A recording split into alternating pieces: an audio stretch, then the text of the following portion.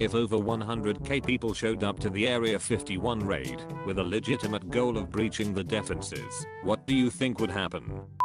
A low-flying helicopter kicks up dust and scares everyone off. Most people will forget to bring enough water and be generally unprepared to walk for miles in the desert. The ones who make it the farthest will easily be arrested due to their low numbers. It's a bunch of people in the hot, dry desert with less logistical support than the Fee Festival, trying to Naruto run across tens of miles. Emergency search and rescue services would spend the first couple days retrieving people in varying degrees of heat exhaustion, dehydration, and extreme sunburn. They would spend the next couple of months retrieving the rest of the corpses. Hospitals would be full all over the state. The survivors would mostly end up arrested, save possibly for those who didn't even make it to the sign. Base security would get a nice workout, though.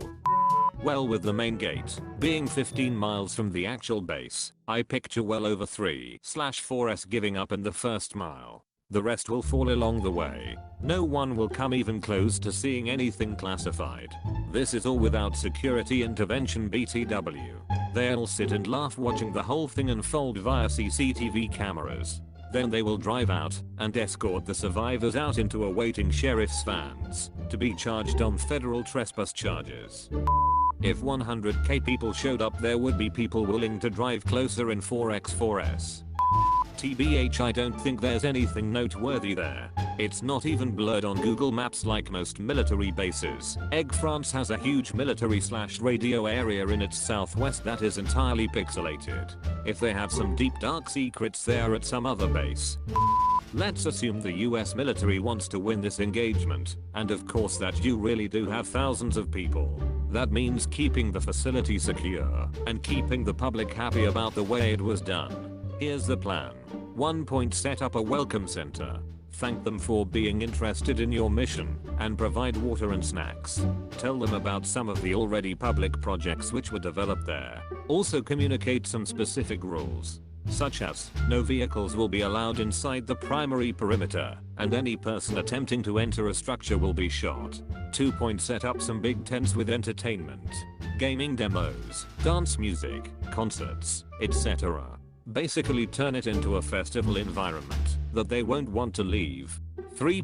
Create a training exercise for your troops.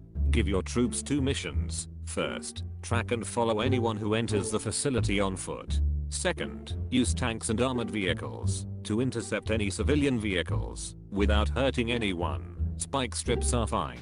Third, provide high quality medical treatment to the dozens who attempt to cross the desert as they collapse from heat exhaustion. 4. Every couple of hours, smother the walkers in tear gas from a low altitude helicopter. Fill Area 51 with props and fake evidence of aliens. Have no live guards in the base, only basic fake automated defenses firing blanks. Let people rush it and be in. Or when they storm the facility and find all of this stuff, then have a hologram of Ashton Kutcher displayed in the sky telling them they were punked. U/OD_K gave the correct answer. Let's just say a few thousand idiots manage to show up and think they can pull it off. Best case scenario, they make a run for the fence line. The base responds with an acoustic non-lethal device. Roughly 1/3 of the group goes down, clutching their ears. Many more go down as they get closer, determined to make the fence but ultimately failing. So maybe low 4-figure number actually make it within a few hundred yards of the fence line, in a significantly degraded state from a single non-lethal device. Cue the riot agents. A volley of tear gas canisters turns the last 5 football fields of distance to the fence line into a densely fogged snot fest. Another 50 to 60% become combat ineffective. Between the ringing in their ears, their inability to breathe, and the inability to see through the fog of gas, most of the group is unwilling or unable to proceed.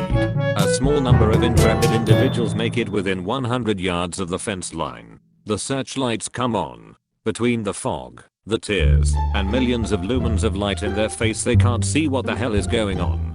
They shout directions at one another, but now they're only a few hundred yards from the acoustic devices, and nobody can hear shit, except for the first salvo of warning shots from a 50 caliber HMG mounted to a Humvee nearby.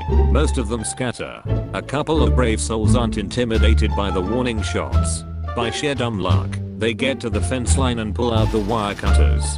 One shouts, "We did it, Reddit," just before being turned into a fine pink mist by the 50s. On the base side, most of the 20 people required to actually repel this attack go back to the cafeteria laughing about it. The .50 gunner gets sent home, then to critical incident counseling. The other hundreds of guys who were on call up bitch that the morons didn't even break through the fence and trigger a real response, and that they wasted their night for nothing. Worst case scenario, some idiot or group of idiots in the crowd produces a firearm, and they manage to put effective fire on some of the guards.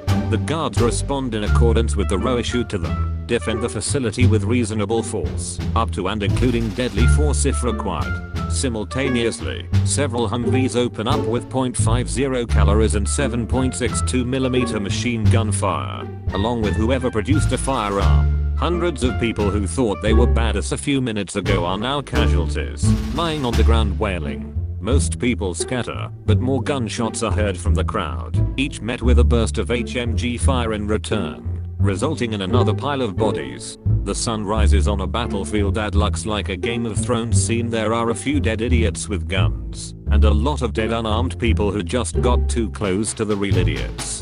Some people live streamed the whole thing, their phones still broadcasting from their lifeless hands.